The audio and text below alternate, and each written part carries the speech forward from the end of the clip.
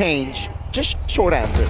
I feel like there's gotta be two reasons here. Go. Is it because of the mental game? Is Chidera just new to the whole feel of it? He's crumbling under the pressure and get Marky who's a bit more experienced per se. Or do they want to have something crazy in the gold lane, right? So far, it's been somewhat standard, and Chidera has always been given weird heroes. So if you want to go for weird picks, why not go with the man, with the wider hero pool anyways? We'll have to see in the drafting phase, man, but it's looking quite similar, and RRQ is still second pick. Yeah, it seems like they will go for the same side as well. RRQ here, what will they go for here? After that Valentina, Mathilda, last time around they let go of that Angela pick and they make it work. So, will they let that Angela go again? I don't know. I mean, mentally, I think they should, right? I mean, they already won in game number 2 against that Angela, and certainly that's what they're going for. Just shutting a boy down from the get-go, and the Angela gets picked up instantly. Though, however, for me, I'll have to say, please, let it be on Beloy. Give a boy a hero that can carry. He's the secondary damage dealer. He's a secondary carry for this team, and he needs to be able to make some plays happen on the map. That's what I was expecting here, Rashi, from that last game, but unfortunately it was a Minotaur that signifies that Angela will be given to a boy. But let's see here. Irithel and Yuzong was the response second game, and it seems like RRQ, they will respond with the same set of heroes for their first pick. GEEK fam though, what will they go for here? Last time around they picked up the Martis. Will they go for it again? I think it's very possible. I think GEEK, the reason why they did that is they need bodies to stack in front of the Lord Pit to try and match the presence of RRQ. Without a Minotaur earlier, it would have been harder for them to use the Martis to stay in the front and take that poke damage, that chip damage that will eventually push him away from the objective. If they want to try and go with a Beloyski on the Angela, I feel like that also warrants a tank, a frontliner for the EXP lane, and that is dangerous because Luke and Dyron, it's a very dynamic fistfight up there, and without strong heroes, or maybe getting a hero that can do both actually, GEEK fam, with the Terizla pick that was banned in phase 2 in game 2, that might be the pick that they require. So they sacrifice their jungler here technically, right? Last time around they pick up the Martis, it worked the early to mid, but it seems like now they will prio a hero in that EXP. They picked up the Terizla, a very good mat head-to-head against the Yuzong. But again, here RRQ can ignore whatever GEEK fam is cooking and pick up the Akai. Though now, is Akai okay going up against the Claude? I think it is. It is very good. The Claude wants to go in. It's a blazing duet that can be cancelled by a pin down, technically, from the Akai, and it will be another pick for RRQ. 3 games, 3 Akai picks. It's strange not to see it banned out, but GEEK fam have something else planned for us and for this game. The Claude. Let's talk a little bit about the Claude. The Claude has been a pick that has fallen hard from grace in MPL Indonesia. But in MPL Philippines, we've seen the Claude is still being picked up. One of the picks that we usually see a lot, actually. Most of the teams still pick it up, Arashi. Does Marky know something we don't? I think it's just about having options right here and having speed. I think the big problem so far is that every time there's a big fight, Fantastic scatters everyone around, and Skylar and Lemon have been given heroes with a lot more mobility to really maneuver around. The same cannot be said for Chidera on the carry or the Bruno. But with the Claude now, maybe then, if they're jumping in to try and dive onto Lemon or onto Skylar, then Marky can participate using the Blazing Duet Battle Mirror Image combo. That could be what GEEK fam are trying to think for. Do you think Franco here for the side of RRQ can work? Oh, I feel like a hero for Naomi here, right? But Cho can also be an answer here for Naomi against this composition. And RRQ though, they will ban the Joy and the Ruby in that second phase. Let's see, GEEK fam, will they commit to another roam ban? If not the Cho, what's a good hero here? A mid laner potentially here to limit Lemon, perhaps? I mean, Novaria is still up for grabs, technically, right? It's a very good hero against the ambush potential of GEEK. And for GEEK as well, I don't know. It's going to be a battle of maybe, the Franco, right? can be picked up by RRQ. What about GEEK? Can they pick it up for themselves? The Bloody Hunt easily cancelled by the Akai, by a Furious Dive. Wait, but that would mean that a boy Yeah, will be boy playing the Angela. Angela. No. Exactly. Hey, not what you wanted, Mirko. The Kufa, though, Okay. banned away by GEEK. They know that Naomi will be put on an engaged hero. It's been the case for the 3 games, unless 2 games, unless RRQ throw a curveball right here. But I don't think I would like that idea. So RRQ, what First will pick. The falling they go stars for? Novaria. It seems like Novaria was banned out in that second phase in that second game. In that second phase, seems like now Lemon will rock the Novaria.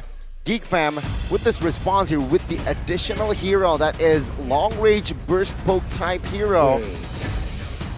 What should they add here, right? A hero for Nile and as well as a boy. This can be crazy, by the way, but Magic damage?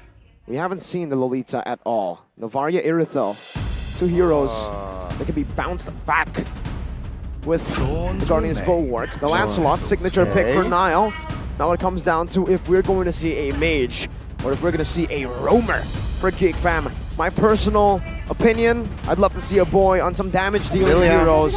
Yeah. Lilia is the choice, a better mid control, but better range for RRQ. Same problem lies, just like in game number 1. Let's see here, RRQ with the last pick here, Arashi. What do you think? They have crowd control already. They have a damage EXP. Do they need a really tanky frontliner, or a Franco is already good? I think disengage, kind of. There's only one real engage tool on the side of GEEK fam. It's only Rizla. If they can split push, if they can stop the initial engage, GEEK fam will come up short in ways to really catch any member off guard. With the heavy spin already ready here, something that can be used to both engage and disengage will be fatal. It's gonna be the Minotaur. The Minotaur will switch sides. Ladies so and good. gentlemen, Yikes. a very good support, a very good presence that RRQ needs in their composition.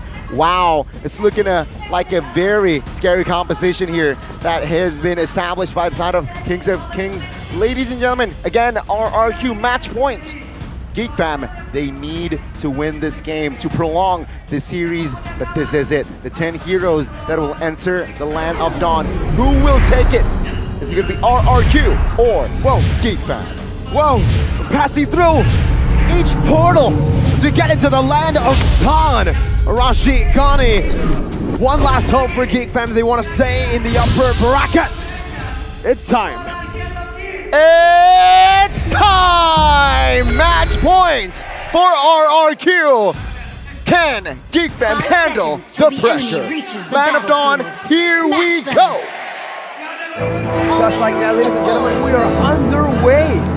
The crowd control of RRQ or the damage of GEEK fam. With only Rizla, it's gonna be a bit more predictable. Can RRQ get a dominant end to this insane just subversion of expectations? Remember the keys to victory. It's Angeloy, not Anjoy. So it's Angela on Beloy, not a boy. That's the secure win. If GEEK fam can't win it on the secure win hero, it's gonna leave a big lasting blow to their mental. Wonder how Naomi's gonna perform on his Minotaur though. We've seen it before, I believe, but it really wasn't as flashy. He's going with the Wilderness Blessing as well as the Angela and the Lilia actually. Everybody wants to be around the map. Mobility is the name of the game. Okay, first minute here has elapsed. Seems like no first blood, no crazy rotations, no crazy invades. But again, here Nile opts for an MP Rage, though Lancelot nowadays can build hybrid. Tanky, but again, one endless battle, or even a War Axe can be enough. Let's see though, how will it transpose? Nile, cancelled. Big bonk. Naomi finding the gold grab in the mid lane. Flicker out, Fersic looking for it, but it's also a flicker from Lemon. 2 flickers from both mid laners, GEEK fam and RRQ. Lemon though, he can do his work from afar. Same can be said for a boy. And with the turtle spawning in 14, the gold laners definitely won't be in the picture. And Skylar actually ain't doing so hot. Okay, Remember who Marky is, guys? He's the guy who mentored Kelra One of the best in the business. In my opinion, individually, the greatest of all time. And Marky mentored that man. He knows a thing or two about gold laning as well. See here the setup again. Naomi not level 4. No minute free. Dyron now even finally gets a BDF, but very low. Luke dealing a lot of damage, forcing an offensive Black Dragon form. Yes, folks, that's a DBDF. RRQ, Versik on this turtle. Luke dealing a lot of damage, forcing a heavy spin early. Beloyski's tying him up, forcing Versik out, and it's a free turtle over to GEEK Fam through their winning lanes. Through Angeloy. Man, he just walked up and just kept going with the healing waves, damaging and healing at the same time. In the early game, it's definitely an obnoxious amount of healing for RRQ. Similar to game number 2, have to take it slow. And they don't really go for the fight though, because in a way, that's a bit of a good adjustment. Exact same talent predictions though. You don't change. Consistency. You don't change. Consistency indeed. You can see you're 3 minutes in. Okay, now you're looking for the... Ooh. Gets it. And he gets it. But now Versik is walking him down. That's some good damage. But there's always Angeloy. When you think you're low, you can look up to the skies and see Angeloy. Assassin with the Angela. It's a combination we haven't seen as often, but it's definitely still a big problem. Versik is still dealing with it, and he will be able to get the litho here. Now they're moving their focus down to the gold lane. Of course, Skylar needs to win the lane, by the way, for RRQ's game plan to work as intended. You can see here both teams rather slow-paced, stabilizing as well. GEEK Fam and RRQ here. No first blood just yet. So it seems like both teams rather here playing it carefully here. Do not want to go for the crazy pick-offs just yet. And if we're talking about the gold laners, Marky and Skylar, A-OK on the farm department. There's just a difference right now from the Claude we see now compared to the Claude we see before. Versik, wow, look at this chunk, look at this damage. Wow. Angeloy. Again with a few good hits, but speaking of that lane in the bottom lane, you're no longer able to use that Blazing Duet to clear out. You're mainly using it to poke or to all in, which is what Marky can do now. He farms usually just with skill 1 and basic attacks. That's the change in Claude. And this combo though, Angela and Lilia get slowed, get tied up, get destroyed. A boy going aggressive right here. Which is surprising, right? I mean, Minotaur, a hero that is just very short range, melee, going up against an Angela and Lilia. See though, turtle take. Penalty zone hit, but it is going to be Dyron getting out. Now the heavy spin locks them down and he finds the retreat, but Naomi loses his life. But the Minion's Fury popped in, it doesn't matter. The hard guard is there. Nile gets taken now by the passive burning and ticking, but Dyron loses his life to a boy. It's a 2-for-1. The turtle again taken by RRQ, so technically gets a 3-for-1, but okay, the orange buff almost. They have Aloyski, such a nuisance, but who won that trade, Arashi? Wait. Okay, there's a flicker. The snipe! Boom! Hey! All the way from half court, it's Lemon with a shot down on Angeloy. Overall, man, I think it's worth it for RRQ. They waited for the second objective. Now they have a bit more items, a bit more levels to play around with, and the Angela obnoxious early game has fallen off quite a bit. But Lemon, though, needs to be careful. A boy will be that aggressive laner that tries to solo kill you.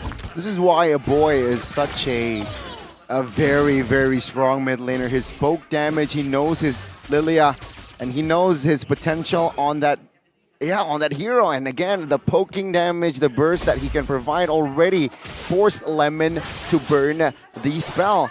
A purple buff invade might happen here, and then there you go. Lancelot already moving towards that side, but bottom lane, it's a 3v2. They will die. Ooh, good knockup. Marky forced back on that battle mirror image. Even the black shoes used up. Skylar gets chunked though. Down super low, only with the help of a little bit of healing from Naomi's kit. Audience prediction, it's down to a single digit. Ladies and gentlemen, presented to you by the Samsung Galaxy A34 A54 5G, 92-8. What's the concern later on for GEEK Fam? If they're trying to dive towards Lemon and Skylar, there's just so much protection. As long as RRQ don't overextend, considering it's their last game, potentially, that is the concern, right? Will they get overhyped? Will they overchase? And that will be when the healing, the slows, the backwards fighting from GEEK Fam with the Lilia and the Angela, and Claude technically, can be devastating against RRQ. 6 minutes, 7 minutes. Oh my God! Skylar hit and run, and Marquis popped the blazing duet a little too late there, as Skylar was able to get out.